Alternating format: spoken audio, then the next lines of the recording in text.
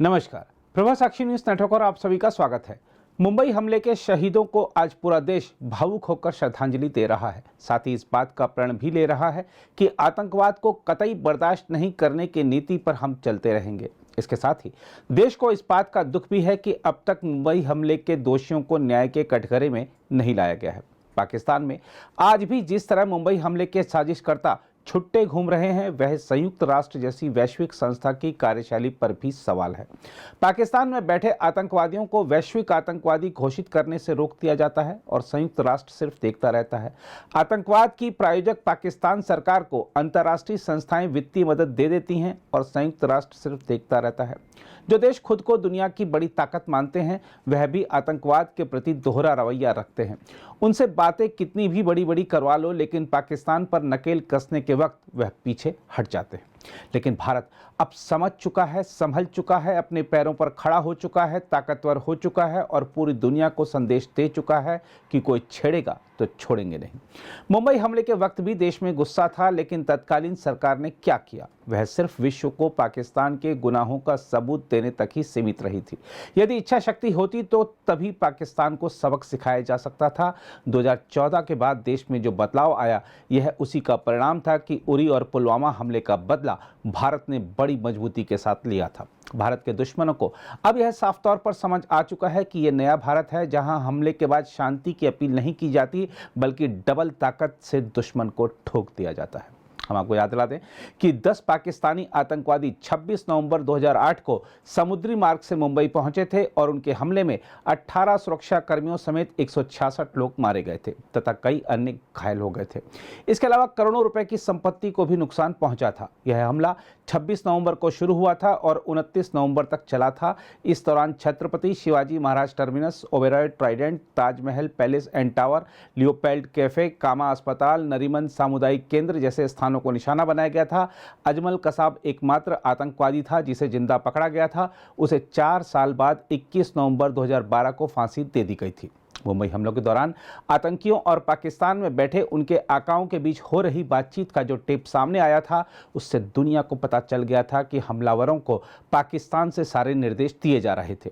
करीब 7 घंटे की उस रिकॉर्डिंग को सुनकर स्पष्ट हो गया था कि मुंबई में हमला करने वाले आतंकवादियों के फोन 24 घंटे पाकिस्तान में आतंक के वार रूम से जुड़े रहे थे।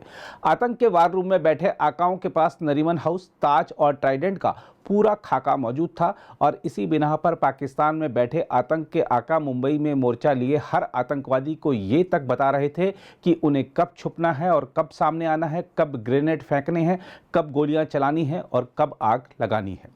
मुंबई में मोर्चा आतंकवादियों को लेना था, लेकिन उनकी पोजीशन क्या होगी, ये सरहद पार पाक में बैठे मास्टरमाइंड तय कर रहे थे। वे बता रहे थे कि कैसे एक को सीढ़ियां कवर करनी है और दूसरे को क्रॉस फायरिंग के लिए पोजीशन बदलनी है। वो बता रहे थे कि किस तरह दीवार से चिपक कर खड़े होने पर ग्रेनेड फटने की सूरत में जान को खतरा हो सकता है। जाहिर है एक एक कोने की खूबियों और कमियों से वे अच्छी तरह वाकिफ थे।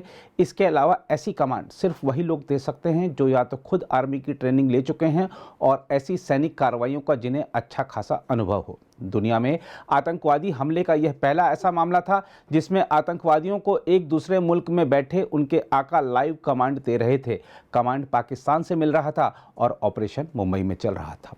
मुंबई हमले के दौरान आतंकवादियों की सबसे ज्यादा दिलचस्पी ताज को बर्बाद करने में थी। पाकिस्तान में बैठे आतंक के आका बार बार एक ही बात पर जोर दे रहे थे कि पूरे ताज को आग के हवाले कर दो। ताज में छुपे आतंकवादियों को शायद उर्दू ठीक से नहीं आती थी, इसलिए वो लगातार पंजाबी में बात कर रहे थे। ताज का मंजर हंगामे खेज था। ताज में 4 आतंकी दाखिल हुए। 1 घंटे तक कत्लेआम मचाने के बाद आतंकियों ने ताज के कमरा नंबर 632 में अपना ठिकाना बना लिया था। 2 आतंकवादी इस कमरे में ही रहे, जबकि 2 किसी और माकूल ठिकाने की तलाश में ताज के गलियारों में निकल पड़े थे। लेकिन रिमोट कंट्रोल पाक में बैठे आकाओं के हाथ में था, जो फोन पर ही रणनीति बना रहे थे। वार रूम से जब भी मुंबई में आतंकवादियों के पास फोन आता तो उधर से ज्यादातर 3 ही लोग बात किया करते थे, जुंदल, वसी और काफा।